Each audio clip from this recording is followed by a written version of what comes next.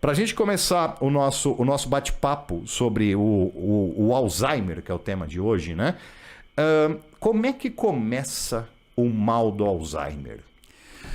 O cara tá lá de boa, de repente começa. Na verdade, de boa não, né? Você tem um quadro que vai naturalmente, a pessoa, ele próprio não observa, mas o meio observa uma dificuldade em alguma tarefa, uma mudança em alguma característica. Muitas vezes essa mudança comportamental, ela se traduz por uma mudança em uma característica. A pessoa tinha sempre um costume e aquele costume deixa de ser observado.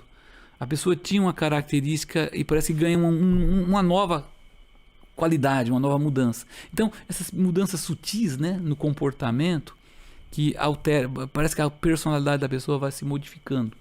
Ele não era assim, ela não era desse jeito.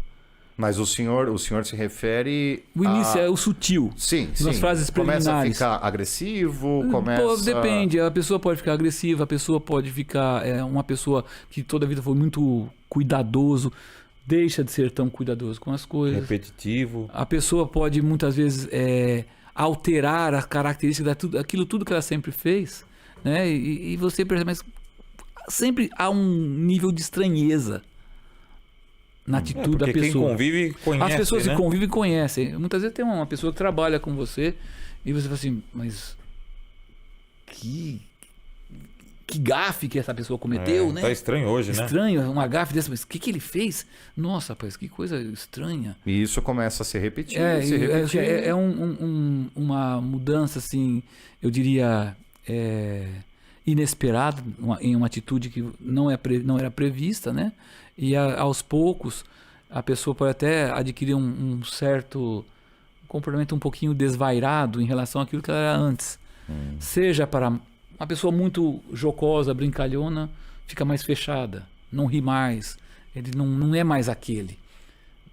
E isso também vai se encaminhando, além dessa mudança no caráter da pessoa, na característica da pessoa. Quando a gente fala de caráter, sempre pensa, caráter é característica. Sim, claro. Do comportamento da pessoa.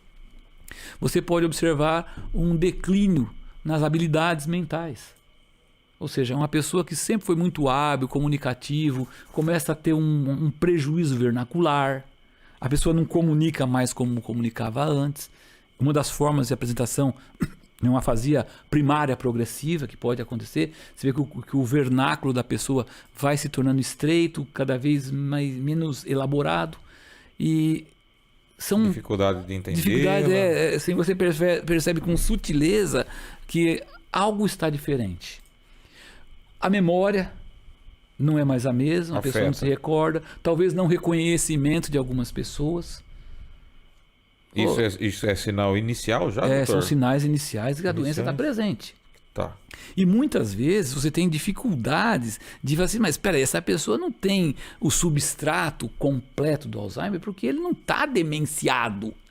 A demência implica em uma somatória de funções, de ações que resultem são vetores, né? Cuja resultante é a produção final da pessoa. Muitas vezes a pessoa, socialmente, ela consegue sobreviver bem e sem que ninguém perceba que a pessoa está com doença de Alzheimer. Isso pode acontecer? Pode acontecer. Ela bastante. É uma doença exclusiva de idoso, doutor? Digamos, idoso acima geralmente, de 60, geralmente a partir dos 60 anos, né, os sexagenários têm que começar a ficar um pouquinho mais atentos, né? Mas existem casos em que você encontra Alzheimer em uma população mais jovem, o que é mais raro, né? Muito raro.